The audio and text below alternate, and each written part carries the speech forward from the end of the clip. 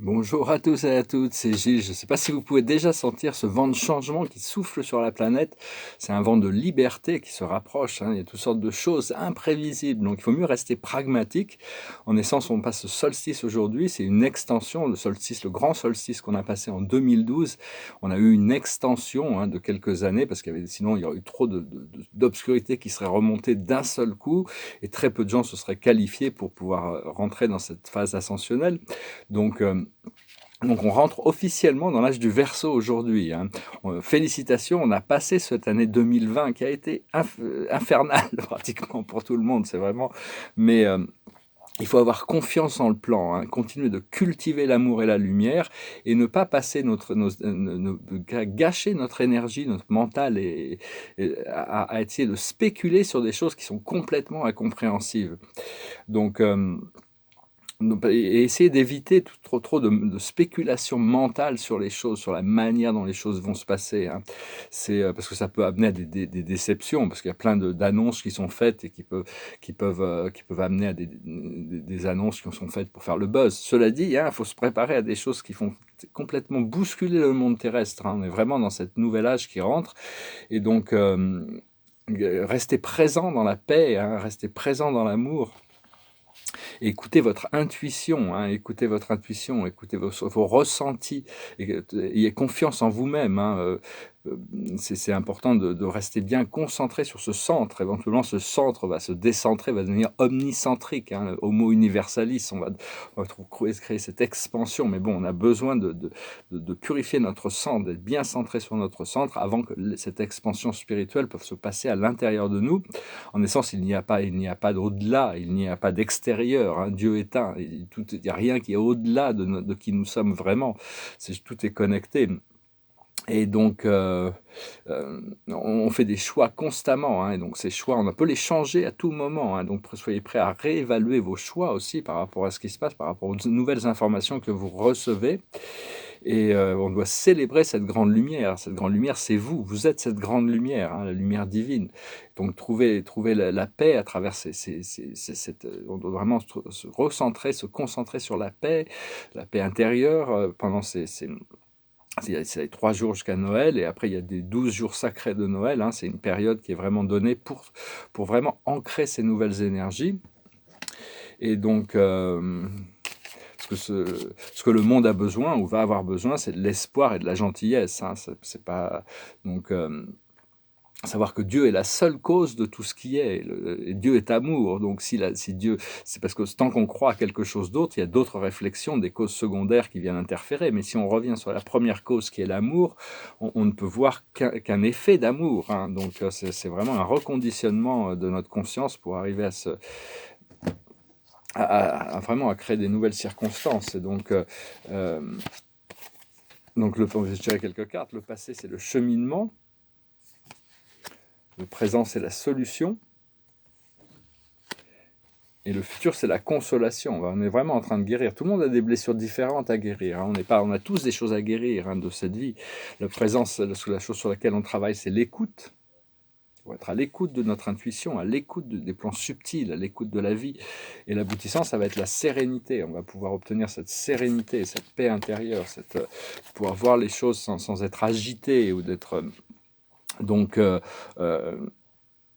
parce que ce que vous êtes, on est tous des lumières brillantes qui brillent dans l'obscurité, hein. Et donc, il faut apprendre à passer à travers l'émotion, le procédé de la vie, hein, sachant que bon, tout ce qui peut remonter, qui peut être encore désagréable, c'est juste des choses qui ont besoin dans lesquelles on a besoin de transmuter, hein, que ce soit les peurs, la colère, la frustration, les doutes, tous ces traumas anciens, hein. Au plus on arrive à les reconnaître, les accepter et pouvoir laisser l'amour rentrer, ça va nous guérir vraiment. Et donc, parce que bon, puis même une fois qu'on aura ascensionné, on s'apercevra que là-haut, tout le monde n'a pas les mêmes perspectives. Seulement les moi supérieurs sont beaucoup plus en accord les uns avec les autres que les égos collectifs. Mais enfin bon, il y a toujours d'autres perspectives. Donc respectez votre propre perspective, votre propre vision des choses. Et continuer à envoyer de l'amour silencieusement, hein, à l'inclure à vous-même. Parce que c'est un temps qui nous est donné pour remettre en question nos croyances. Dieu, dans votre vrai moi, n'a pas besoin de croyances. Il est la vérité. Il connaît la vérité. Il n'a pas besoin de croyances. Mais elles ont besoin quand même d'être acceptées, hein, et d'aimer notre côté humain, parce qu'on a, on a ce côté d'ignorance aussi à l'intérieur de nous. Je vais retirer quelques cartes pour voir. La plus haute sagesse, c'est couper du bois. Commencer à se préparer, hein, pour se préparer pour être bien confortable. Ce que l'on doit comprendre, c'est le chaos et le conflit. Il va y avoir des chaos et des conflits qui vont nous amener à l'ordre divin, mais il y a besoin de lâcher, de faire remonter tout ce chaos qui va se manifester dans le monde. Il faut être prêt, ça fait longtemps qu'on en parle. Hein. Ce que l'on doit faire, c'est le lait et le miel, c'est arriver à goûter aux bonnes choses de la vie, savoir ressentir déjà les choses que l'on aime bien, et pouvoir commencer à en profiter. Et l'aboutissant, c'est l'heure du départ. Voilà, les valises sont prêtes, hein, on est prêt à bouger. Ça va bouger de toute manière. Donc, ce qui se passe avec Noël, c'est la naissance de l'amour. Le Christ n'est pas une personne. Dès qu'on considère que le Christ est une personne, c'est juste une personne, ça devient de l'idolâtrie. Hein, ça devient de l'idolâtrie. Le Christ, c'est un état de conscience qui est atteint. Joshua, Jésus, a atteint ce niveau de conscience de la lumière et la vie. Il est devenu un avec son Père, un avec le Père, notre Père. On a tous cette même source originelle unique, mais bon, il nous disait, mon père et moi sommes un. Il a réalisé cette unité, cette conscience, et donc il a marqué la voie pour que tous les autres puissent l'atteindre aussi. Hein. C'est pas tous les gens qui voient je suis pas dans la critique, mais enfin dans beaucoup d'églises catholiques, ils sont dans l'idolâtrie d'une statue d'un homme sur une croix. Ils sont dans l'idolâtrie de penser que le Christ est le seul personne qui doit venir intervenir entre.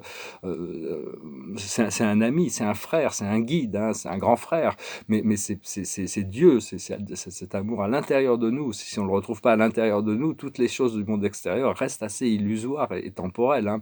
Donc c'est vraiment cette reconnexion. Et donc il n'y a pas besoin de se changer ou de se réparer, hein. C'est juste laisser la lumière travailler à l'intérieur de nous pour que notre divinité puisse grandir, hein. Et demander toujours à l'intérieur quels sont les pas à faire pour arriver à avancer. Votre moi intérieur, faites plus confiance à votre moi intérieur qu'aucune source extérieure. Parce que toutes ces sources extérieures, actuellement, on est vraiment dans un truc de Kafka, hein. C'est le roi Ubu. Pour trouver plein d'exemples, c'est très surréaliste. Ils essayent de rendre les restrictions qu'ils ont mises en place de manière permanente. Ils n'offrent aucune solution. Mais enfin, il va y avoir des interventions. Ça, on verra après ça qu'il n'y a pas eu plus de morts en 2020 qu'il y en a eu en 2019. S'il y en a eu un peu plus, c'est parce que les gens qui devaient avoir des opérations ou traités pour d'autres maladies n'ont pas pu être traités, ou que les gens portaient des masques, ils ont attrapé des méningites ou des choses comme ça. Mais sinon, tout ça, on va s'apercevoir que leur seule arme, c'est la peur. Hein. Ils n'ont que cette peur ils peuvent essayer de projeter des peurs dans le futur pour essayer d'arrêter ou de ralentir le procédé de l'éveil de l'humanité, se réveiller à l'amour et au pouvoir personnel. Bon, mais tout ça va être complètement, tout ça va être balayé du jour au lendemain. Hein, vous allez voir, ça va bouger, ça bouge déjà. Il y a déjà ce vent de changement qui se prépare. Voilà, c'est à peu près les notes que j'avais prises. Je voulais discuter de ces idées. Hein. Je vais chanter une chanson qui est une vieille chanson des années 70 qui nous parle déjà de cet âge du Verseau. Ça s'appelle The Age of Aquarius. It was like this. When the moon is in the seventh house and Jupiter aligns with Mars, then peace will guide the planets and love will steer the stars. This is the dawning of the age of Aquarius, age of Aquarius. Aquarius, Aquarius, harmony and understanding, sympathy and trust abounding, no more falsehoods or derision, golden leaving dreams of vision, mystic crystal revelation, and the mind's true liberation. Aquarius, Aquarius. When the moon is in the seventh house and Jupiter aligns with Mars, then peace will guide the planets and love will steer the stars. This is the dawning of the age of Aquarius, age of Aquarius, Aquarius, Aquarius. Let the sun shine. Let the sun shine in, the sun shine in. Let the sun shine. Let the sun shine in, the sun shine in. Laissez le soleil briller à l'intérieur, allumez ce soleil intérieur. C'est une chanson, bon, ils sont un peu trompés, c'est quand l'alignement, c'était pas l'alignement de Mars et Jupiter, c'est l'alignement de Saturne et Jupiter dans la 9e maison. Mais enfin bon, c'est un groupe qui s'appelait la 5e dimension, c'était déjà assez visionnaire pour l'époque. Et donc voilà, ce grand vent de liberté, cet ascenseur cosmique, il faut se laisser, c'est un petit peu bon. Des fois, on s'achemine pas à pas à travers l'escalier, mais des fois, il y a des ascenseurs. Il faut se laisser notre conscience être élevée. J'espère que vous passerez une bonne journée, vous préparez pour ces quelques jours d'élévation. Et la clé de la carte de la journée, c'est l'as de Raphaël, c'est le Saint Graal, c'est l'amour, c'est le flot éternel de l'as de coupe. Il dit « Expérience positive sur le plan émotionnel. Vous serez comblé par une relation romantique. Laissez-vous guider par vos intuitions. » Voilà, ici, de là, Raphaël nous confirme tout ça. Voilà, je vous souhaite une excellente journée. Si vous voulez une session privée, n'hésitez pas. Bientôt, je pense que là, ça y est, je vais devoir commencer à bouger, m'occuper de mes affaires et ce projet qui se prépare depuis longtemps. Et donc, je vais peut-être plus avoir le temps de faire tout ça. Je vais quand même continuer de communiquer. Donc, je vous remercie pour vos likes, vos partages, vos communications, vos souscriptions. Et je vous souhaite une excellente journée. Namasté.